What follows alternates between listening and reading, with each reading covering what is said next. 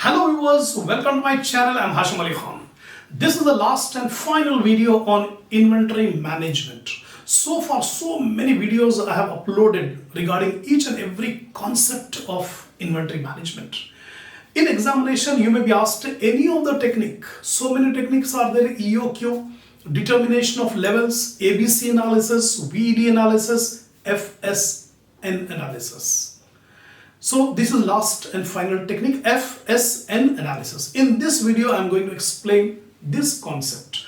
Remember, problems are not sufficient. Apart from problems, the examiner wants to test the theoretical knowledge of the students. The students should be conceptually clear regarding all the terms which are used in inventory management. So if you want the perfect knowledge, watch the theory videos as well along with the problems. That is my strategy. I will give you a wholesome, knowledgeable videos where the concepts are clearly explained and then problems. We should not depend only on mechanically doing the problems.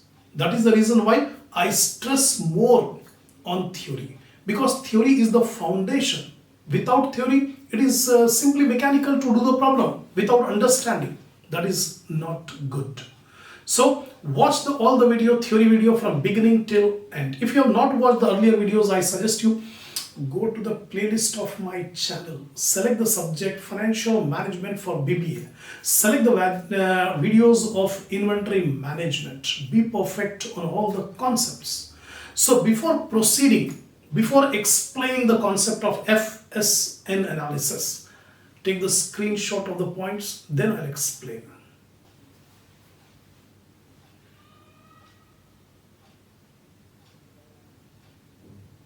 Now, the technique is FSN analysis. What does it mean? Another way of looking at inventory is in terms of the frequency with which various items are required. What is the frequency with which the various items are required? In stores, so many items are there. All the items will not be required for production at the same speed. Some items are very frequently used. Some items are occasionally used. And some items may not be used. So all the items in the stores will be classified on the basis of frequency of the items used. Now, some material are required very regularly, while some others are required occasionally, and some material may have become obsolete and might not have been required for a long period of time. On the basis of this criteria, consumption criteria, we can divide, or we can see in the stores that some items are very frequently used in production. Very fast it is used. Some items are there which are occasionally used, and some of the items are completely obsolete. Obsolete means outdated, not at all required in production. That is dead stock. Now, as per FSN analysis, all material are grouped into three categories according to this FSN. F stands for fast moving items. S stands for slow moving items. And N stands for non-moving items. That is the full form of FSN. So normally the classification of various items into three categories is done on the basis of rate of consumption of each. So in this technique of FSN, we classify the items as fast, slow and non-moving on the basis of their usage or consumption, requirement, the last date of receipt, the last date of issue, and the time period since the last movement in that item was recorded, and the quantity consumption is also recorded. For each item, when it was received, when it was issued, and last time when it was issued, how much quantity it was issued, all these details we require in order to classify the items according to FSN analysis.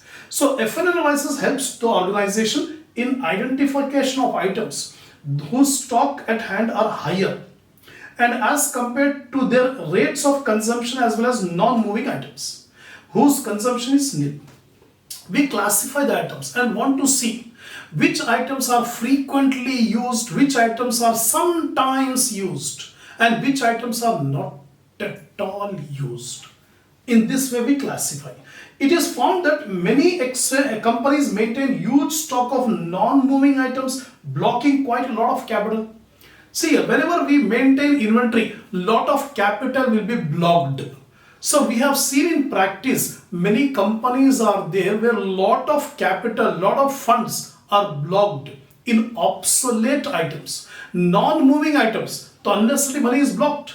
We have to dispose of those non-items, non-moving items, so that our cash flow will get accelerated. Now, FSN analysis helps the management to determine whether such items can be used elsewhere or it can be disposed of. So after analyzing all the items according to their frequency, we can decide which are the obsolete items. These obsolete items, the company has to see, can we be able to use it anywhere else in the company, or shall we dispose of? That decision can be taken only when we divide the items into 3 categories. Now, purpose of FSN analysis. Why this FSN analysis will be used? What is the purpose? Identify which items are actively and need regular replenishment. Those which items are actively utilized or actively required in production, and immediately it should be replenished. That means when the stock is over, immediately it should be replaced. So the purpose is to find out which are the items which are regularly used, fastly used, so that these items should be replenished on time, because regular items are there.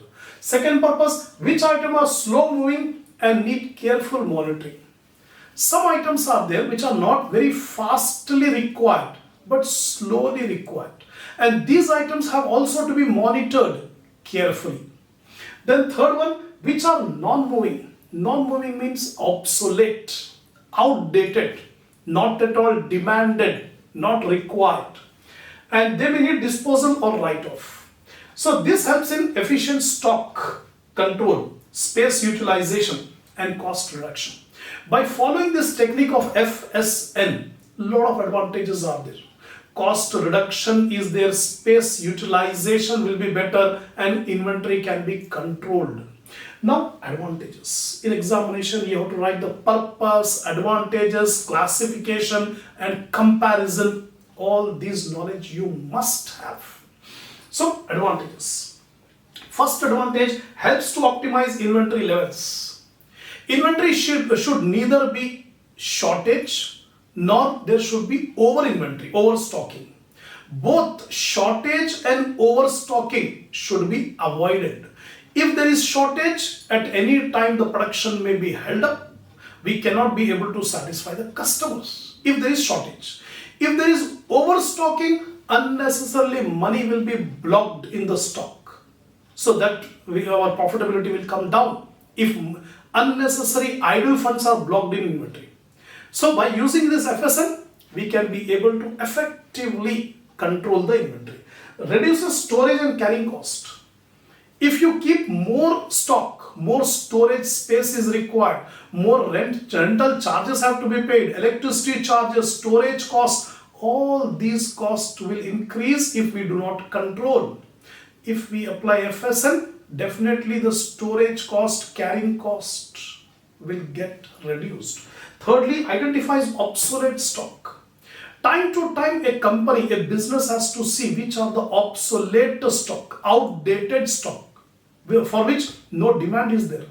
So these unnecessary stock should be disposed of. Why to unnecessary block? It will take the space, it will take the cost. Next, improves cash flow by avoiding overstocking. By using this FSN, what will happen? We are disposing of the obsolete stock. Unnecessary बेकार जो stock है, जो use नहीं हो रहा, उसको बेच देंगे तो पैसा रियलाइज होगा, we'll get the cash flow, our liquidity position will improve, cash flow will improve by using this FSN analysis. Now, classification criteria.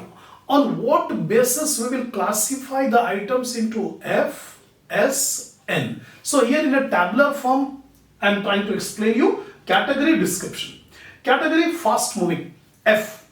On what basis will classify as items issued or consumed frequently?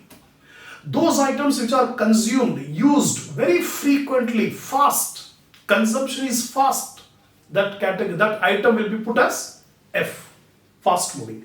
S, slow moving, items used occasionally. Not it is used very frequently, but occasionally the items are utilized, items are needed. Those items we classify as slow moving.